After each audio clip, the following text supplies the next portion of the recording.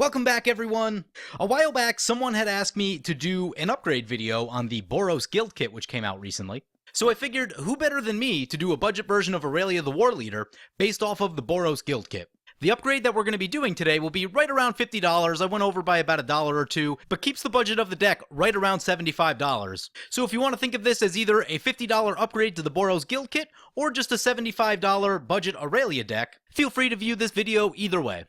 So we'll start by looking at what actually comes in the Boros Guildkit. You'll see the list of cards right here. Not going to go through all of them. It does have a lot of early creatures, which aren't the best. It does have a few decent things once you get into the 5 and 6 slots. The deck does come with Aurelia, and that's who we'll be focusing on as the commander. And you'll notice up in the corner right here, it's got the sweet new art for Aurelia. I've been meaning to pick up a paper copy myself, but I have not yet done that. So anyway, the Boros Guildkit comes with 50 cards, 19 of which are lands, and of the 30 or so remaining cards, I think about half of them made it into the final deck list. So I think the best place to start talking about upgrading this Boros Guildkit is figuring out which cards to take out. With all the channel work I've done, it's really common for people to suggest cards to put in. However, it's less common that people suggest which cards to take out. Figuring out which cards to take out is actually the harder part of deck building, and a lot of times will involve some amount of playtesting. If you're a more experienced player, you may be able to forego some of that testing to figure out which cards you should really be cutting. But the main idea is, once you figure out what cards to take out of your deck, it doesn't matter what colors you're in or what deck you're playing, there's always a lot of really strong options to put back into that slot once you figure out what cards you can get rid of. So let's start going through these. Boros Elite, nope, not enough board impact. Frenzied Goblin, same thing, not enough board impact.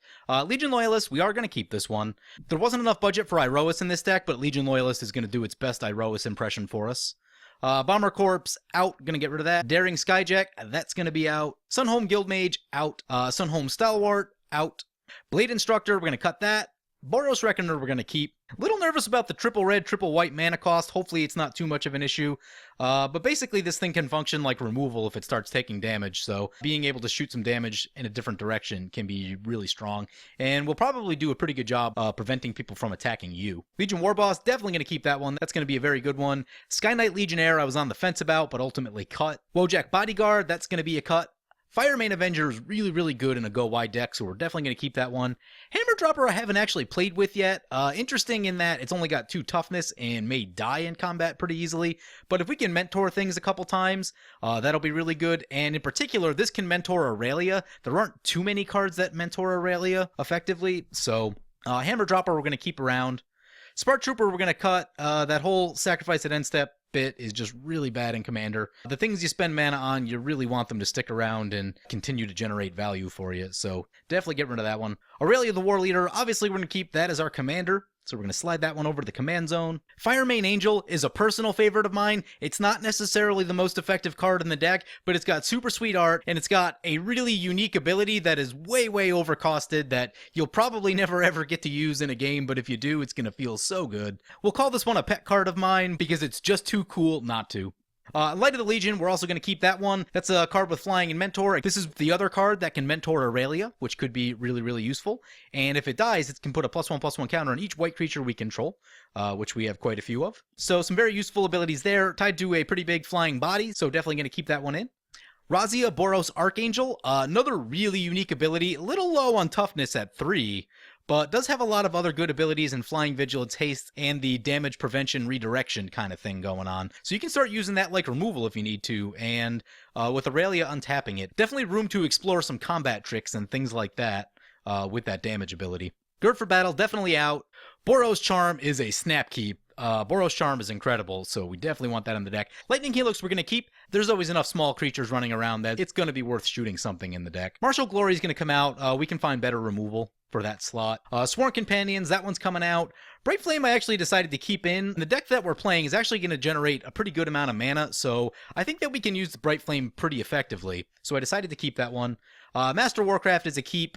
You can do some really interesting things with combat in this one. It's not a card that I've played a ton of, so I don't know every single application, but choosing how creatures block has a lot of different ramifications to it.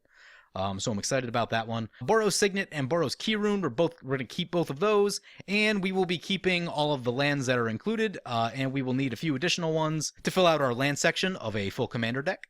So those are the cards to take out. So once you do that, you'll end up with a list that looks something like this. We have 37 total cards in it. Definitely a lot of useful things coming out of the Boros Guildkit if you're trying to build your first Boros deck or first commander deck, or for whatever reason you may have purchased a Boros Guildkit and want to turn it into a commander deck.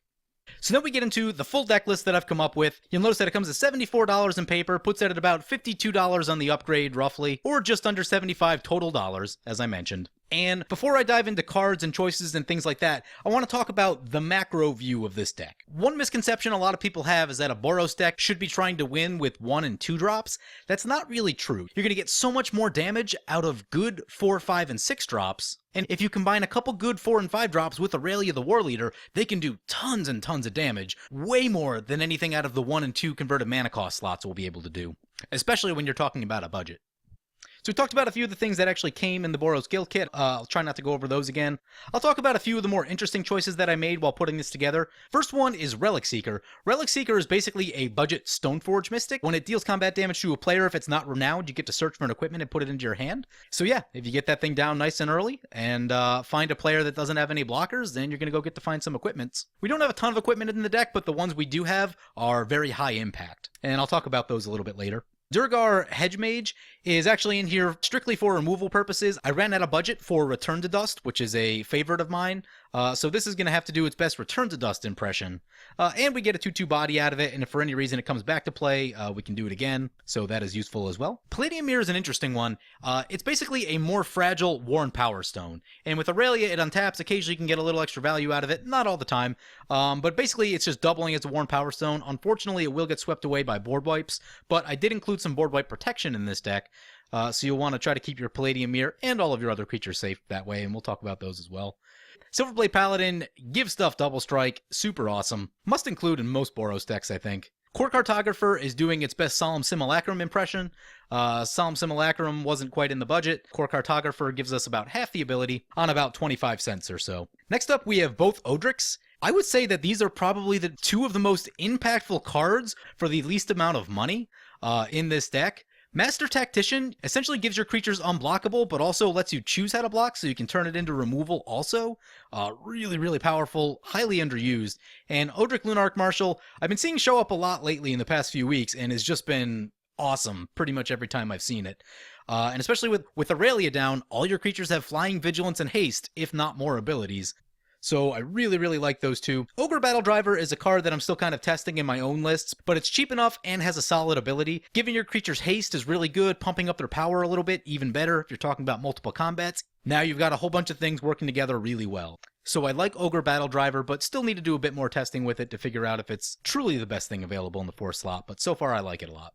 Tajnar Swordsmith also gives us the ability to tutor for equipments. One important thing about this card, don't think of it as a 4-drop, think of it as a 7-drop, since by the time you cast it, you're going to want to be getting your Sunforger with it. And it'll put that Sunforger right into play for you for the low cost of 3 in addition to its casting cost. So great little budget equipment tutor, plus it gives you a body. Bodies are always good. Tajik, Blade of the Legion, just really, really good with Battalion and Aurelia. The first time it attacks with a Battalion, it's a 7/7. The second time it attacks, it's a 12/12.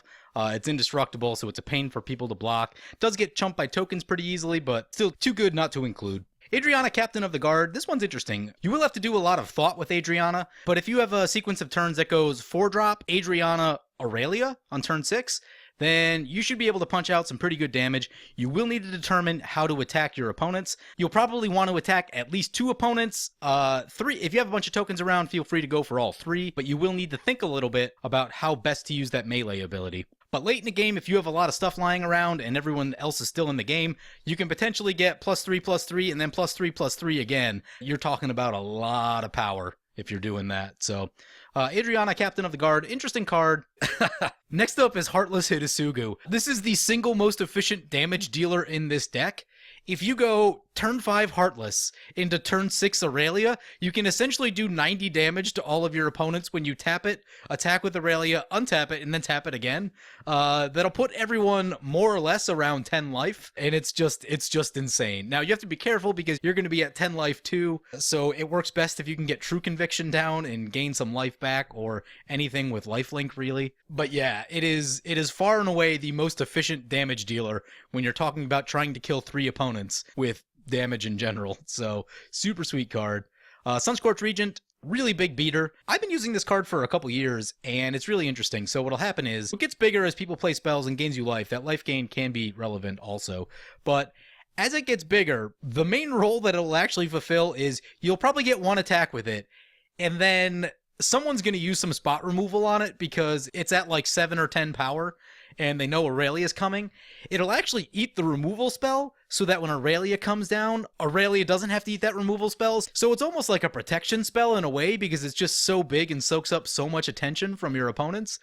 But if it sticks around for a couple turns, it's just going to be absolutely huge, and it can very easily take people out of the game, especially with double strike, especially with double combats. Thalia's Lancers is a card that I've been considering for my own non-budget versions of Aurelia. Haven't played with it yet, but for this version it's going to be great because we have a number of legendary creatures in the deck, and we want to make sure that we can find them consistently. So Thalia's Lancers is a great way to do that. It was nice and cheap into the budget, so it just kind of filled all the roles. And I actually had some openings in the 5 converted mana cost slot, so everything just working out beautifully for this one. But the main things you're probably going to want to find, especially if you have the mana, is going to be Gisela, straight up the most impactful creature in this deck.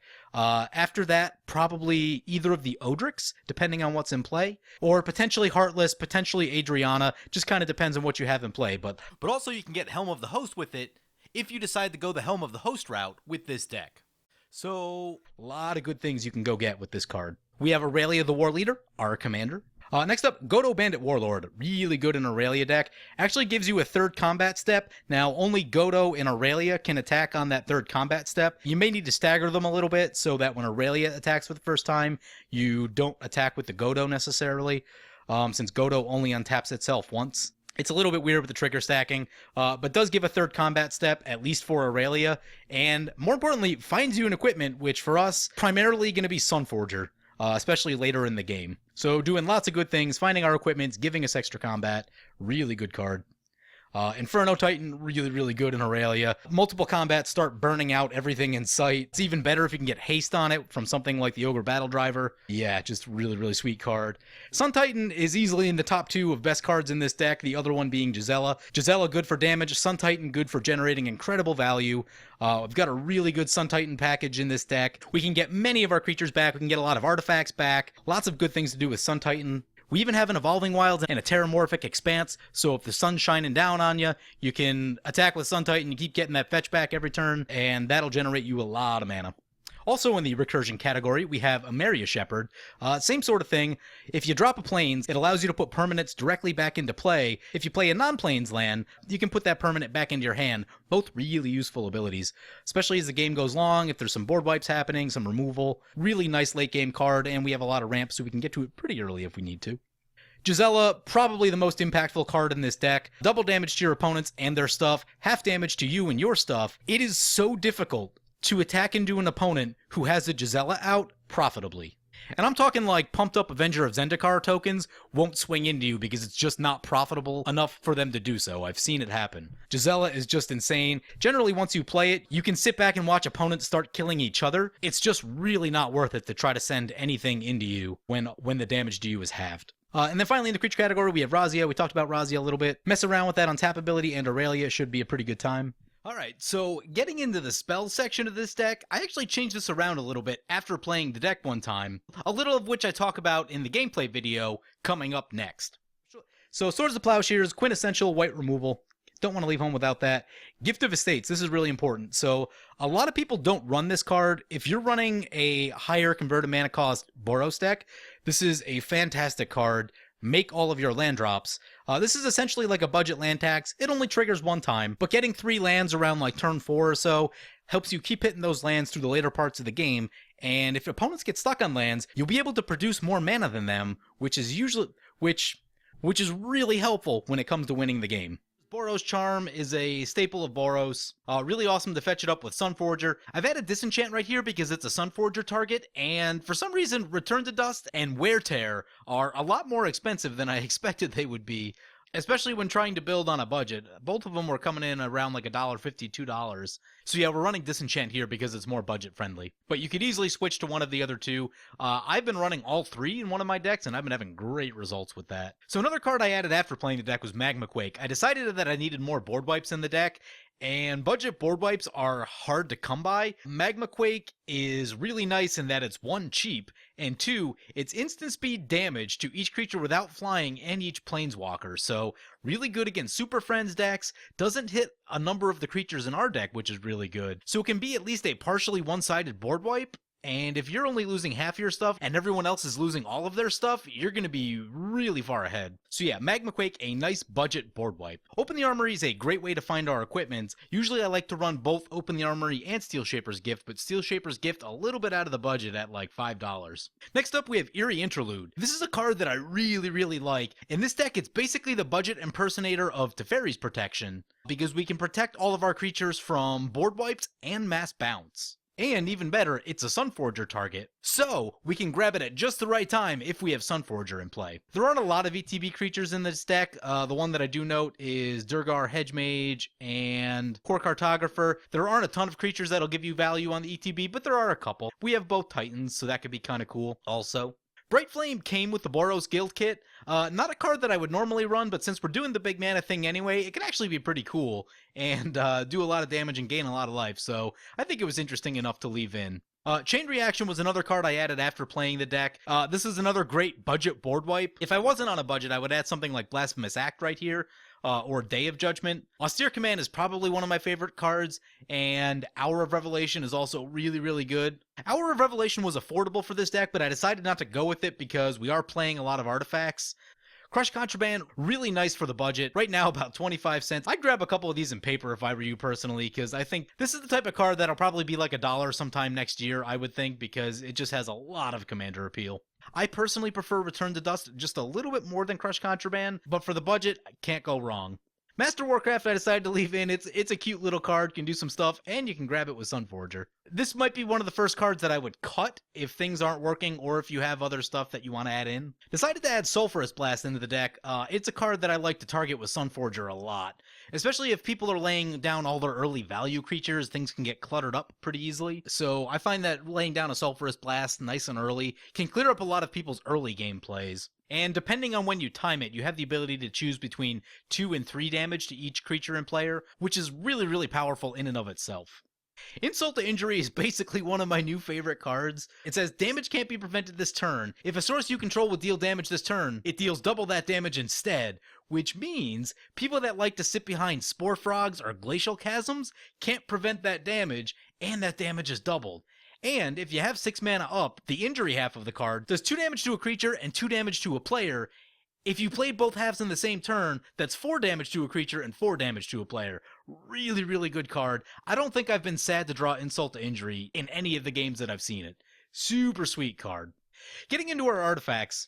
So, taking a look at our artifacts, first up we have Skull Clamp. There aren't a ton of Skull Clamp synergies in the deck, but it's still just a really efficient way to draw cards in 2 colors that struggle to draw cards. Soul Rain, Commander Staple, Armillary Sphere, we want to keep hitting all those lands. If we're playing Gift of Estates, we also want to be playing Armillary Sphere. We don't have access to land tax in this deck due to the budget, so Armillary Sphere is going to do its best land tax and Gift of Estates impression. So make sure we're hitting all those land drops. This deck is going to need at least 8 lands to win the game, so you really want to hit those first 8 lands, and Armillary Sphere is going to help us do that. Dowsing Dagger is a fun little card that's come out somewhat recently. It flips into essentially a Gilded Lotus on the backside, which is a lot of mana ramp that speeds you up like crazy and also increases the overall amount of mana that you can produce. Really powerful. Now the one problem with this card is that if once you flip it into the land, that land is really likely to start eating some strip mines and things like that, so you will have to be careful of that. If there are a lot of strip mines, tectonic edges, things like that in your meta, I may not run this card and I may just go for some other mana producing artifact instead. So just something to keep in mind, but it's Next up, we have Mask of Memory. Mask of Memory is actually going to be one of the primary sources of card draw in this deck. So in the early game, that's probably going to be one of the cards that you want to find the most, with things like Relic Seeker and Open the Armory, or really any of our artifact tutors. So you really want to be finding Mask of Memory. Sunset Pyramid is a cool little card that I haven't played with a ton, but is certainly cute. In this case, I'm using it to fill the lack of card draw role with the deck. And once it runs out of counters, you can start scrying with it. It's not the most mana efficient card I've ever seen. So it's a card that needs a little bit more testing, but just something to smooth out the card draw issue just a little bit. Sword of the Animist is really powerful in this deck. If you have Aurelia and Sword of the Animist, you're getting 2 lands every turn, And after about 2 turns of that, you'll be at like 10 lands in play, and you will probably have outramped the green player at the table. Sword of the Animist is so good in an Aurelia deck. If your card draw is feeling okay, in the early game I will tutor for Sword of the Animist a lot with my Aurelia decks, especially with like the Angel deck, which will play similarly to how this deck plays. It's a high curve Boros deck with a lot of removal, so getting a couple triggers with Sword of the Animist nice and early just keeps us ahead of our opponents on lands, so we can keep doing more stuff than they can do. So really good card. And lately I've actually noticed Sword of the Animist eating a lot of removal in different games that where I've played it or where opponents have played it. I think people finally catching on to how good Sword of the Animist actually is, because for a long time it seemed to go unimpeded, and someone would just get way ahead on the table. Boros Locket looks interesting just for the interaction with Sun Titan. We can sacrifice it, draw the cards, and get it back with Sun Titan late in the game if we need to. Cute little interaction that I wanted to include. Sunforger. So Sunforger is the most powerful card in this deck and probably in Boros. It literally says, find the card you need when you need it most. Yes, it's expensive to do mana-wise, but this deck is already set up to be making a lot of mana and making all of its land drops, so you should have enough mana, it takes 8 by the way, to cast Sunforger, equip it, and use it all in the same turn. And once you do that, you'll probably want to leave the mana up for Boros Charm, because the first thing anyone's going to try to do is blow up Sunforger. So leave up your Boros Charm, and then if you get to untap with it, then you can start being proactive with it and go for your Disenchants, Sulphurous Blast if you need to clear out blockers, or even Master Warcraft if you're trying to end the game. So really powerful card. I wasn't able to include the entire Sunforger package that I like to run. Teferi's Protection eats up like half the budget of the deck, but it's a super good card.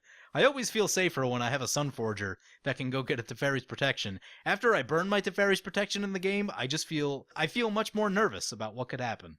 Worn Power Stone, really good source of artifact ramp. I actually cringe a little bit when I see people not running Worn Power Stone in their decks, excluding green decks. Green decks have many better options, but for non-green decks, you should probably be running Worn Power Stone, especially if you're talking about a higher curve deck.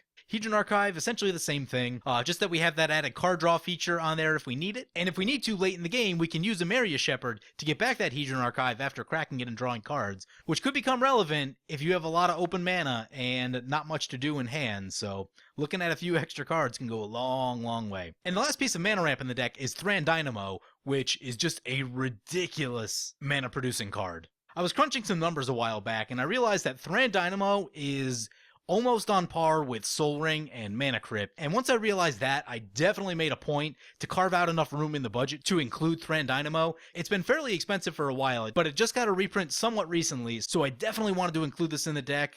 And then the final artifact we're going to look at is really interesting, and I could almost write a book on how much this card changes the deck. So Helm of the Host with Aurelia goes infinite if you equip it.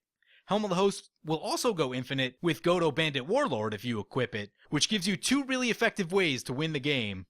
So the question you have to ask yourself is, what kind of meta do you play in? Because if you're playing in a lower power meta, I would not run Helm of the Host. With Aurelia, it is very powerful, and it sort of gives this feeling of the longer the game goes, the closer I am to winning, because the closer I am to assembling Helm of the Host with Godo or Aurelia. If you have 11 mana late in the game and you just top deck a Godo, you win, assuming no one has any instant speed interaction. And I have been able to do that even against some really high power decks, where the game goes a little bit longer than they thought it would, everyone kind of runs out of removal, and I go, Aurelia, Helm, win? And then they're just like, yep, you got it. So really interesting card and how it changes the dynamic of the deck. If you're playing in a meta with decently strong decks, I would certainly include this. If you're playing in a more casual meta where games regularly go 10 to 12 turns, maybe more, then I probably wouldn't run the Helm of the Host combo in this deck. But if you need a way to close out the game effectively, Helm of the Host is one way to do it.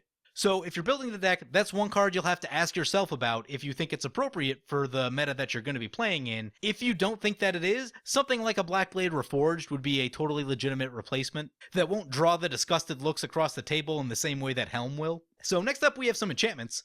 Fervor gives all of our creatures haste, which is nice, especially since we're playing bigger creatures. Really nice with our Titans, but this is sort of acting as a budget replacement for Lightning Greaves or Swiftfoot Boots, both of which were a little bit more expensive than I could squeeze into the deck. But it's just a really nice card, and I think it's actually underutilized. Giving your creatures haste is really good, so decided to include Fervor. Oblivion Ring is nice budget-friendly removal for any kind of permanent, so I just thought it was too good to pass up. Whatever problem is on board, you can get rid of it, at least temporarily. So nice little thing to have. Stasis Snare, same kind of thing. Instant speed removal for a creature. Path to Exile was a little bit out of budget, so Stasis Snare standing in for Path to Exile. And then True Conviction. If you've ever resolved the True Conviction late in a game, you know how ridiculous it is. One of the things that white is lacking is cards that say, do a lot of damage right now. True Conviction is one of the few cards they have that say that. White Sun Zenith is probably the other one because you can end step it. But yeah, True Conviction, really, really good. Even better once you're talking about double combat steps, now you're talking about quadruple the damage and gaining a lot of life. If the game isn't over, you're probably at like 100 life after 2 combat steps with a couple creatures. So really good closer. And really powerful card. And then finally we take a quick look at the lands. I went for all of the come into play tapped red-white lands. A few of them came with the deck. Added a command tower because they were pretty cheap. Added Evolving Wilds, Terramorphic Expanse for the Sun Titan interaction. Also just the ability to color fix a little bit if you have a lot of basics. The deck did come with Sunhome, which is a great card. And utility-wise, I added in Spinerock Knoll and Windbrisk Heights so that you can get some additional card advantage going from your lands. They weren't too expensive, so I felt like that was a place to spend a couple dollars. And then other than that, we fill out the rest of the deck with a lot of basics. A lot of work that can be done on the mana base. Most importantly, there wasn't enough budget for Mistveil Plains. I think those are like $4 or $5 now or something like that. Mistveil Plains with Sunforger is just ridiculously good. That's probably the first upgrade that I would make to this deck over anything else. If you're looking to expand this deck beyond the budget, that is 100% the first thing that I'm going for. And after that, probably something like Ameria. But other than that, that is the deck. It was really important to me that if any of you go out and decide to build this deck, that this thing's going to perform pretty well against any kind of deck in a meta that's going to be like a turn 8, turn 9, turn 10 meta. This deck may be able to win quicker than that, especially if you ramp the right way and get some of your key pieces. Probably won't be able to do it consistently, but if you're talking about kind of that standard 8 to 10 turns of Commander, this deck should perform very well. A couple cards that I wanted to include that didn't quite make it. Iroas. Bruce Tarl was out of budget. As I talked about, Wear Tear and Return to Dust were out of budget. Chaos Warp was out of budget. Blasphemous Act is a good one. Even though we're playing a lot of creatures, Blasphemous Act is still good just in case you need to reset the board for some reason. Selfless Spirit was out of budget. Comeuppance is really good in the Sunforger package. I think that was around $5. Didn't quite make the cut. But even something as simple as like Herald of War was a little bit out of price range for what it does. It will be very solid in this deck since the deck is full of humans and angels. But at $2, I didn't feel like it had quite enough impact to really spend that kind of budget on it. So kind of wrapping everything up, the creature section of this deck is built out pretty well. Other than like Iroas and Bruce Tarl, I probably wouldn't look to make too many changes there right off the bat. I would definitely look to upgrade other places first. And like I talked about a little bit, that's going to be the spell section. We could do some better removal options, things that work better with Sunforger. We talked about some of the lands. Homeward Path is really good in a deck like this. You really don't want your creatures getting stolen. A few other utility lands. Once you start getting into the utility land space, you also need to balance out color production. That can get a bit complicated, especially if you're talking about something like a Boros Reckoner or even Aurelia can be tricky at red, white. So I would definitely look to do some upgrades in the spell section. The artifact section is in pretty good shape. Felwar Stone was surprisingly more expensive than I wanted it to be. If you're really on no kind of budget, things like Sword of Fire and Ice, Sword of Feast and Famine, those are going to be really good. We have a lot of creatures in this deck. Sword of Light and Shadow is going to be pretty good. You can get into the more expensive equipment territory. But keep in mind, this is not a heavily focused equipment deck right now. I have a different build of Aurelia that is more suited if you're looking to play the equipment game. Just be forewarned, that version is not particularly cheap. When you're talking about Stoneforge Mystic, Sword of Feast and Famine, Sword of Fire and Ice, I don't know, what is that? That's got to be at least $100 of cards right there. So that is not for the faint of wallet. But other than that, that is the deck. And since we are a gameplay channel, make sure to check out the next video, which will include gameplay of this deck, so that you can actually see what this deck is capable of doing. And before we go, I'd like to take a second to thank my awesome Patreon supporters. Videos like this are possible because of them. You guys rock. Anyway, hope you guys enjoyed this video. As always, feel free to comment, like, or subscribe. Thank you for watching.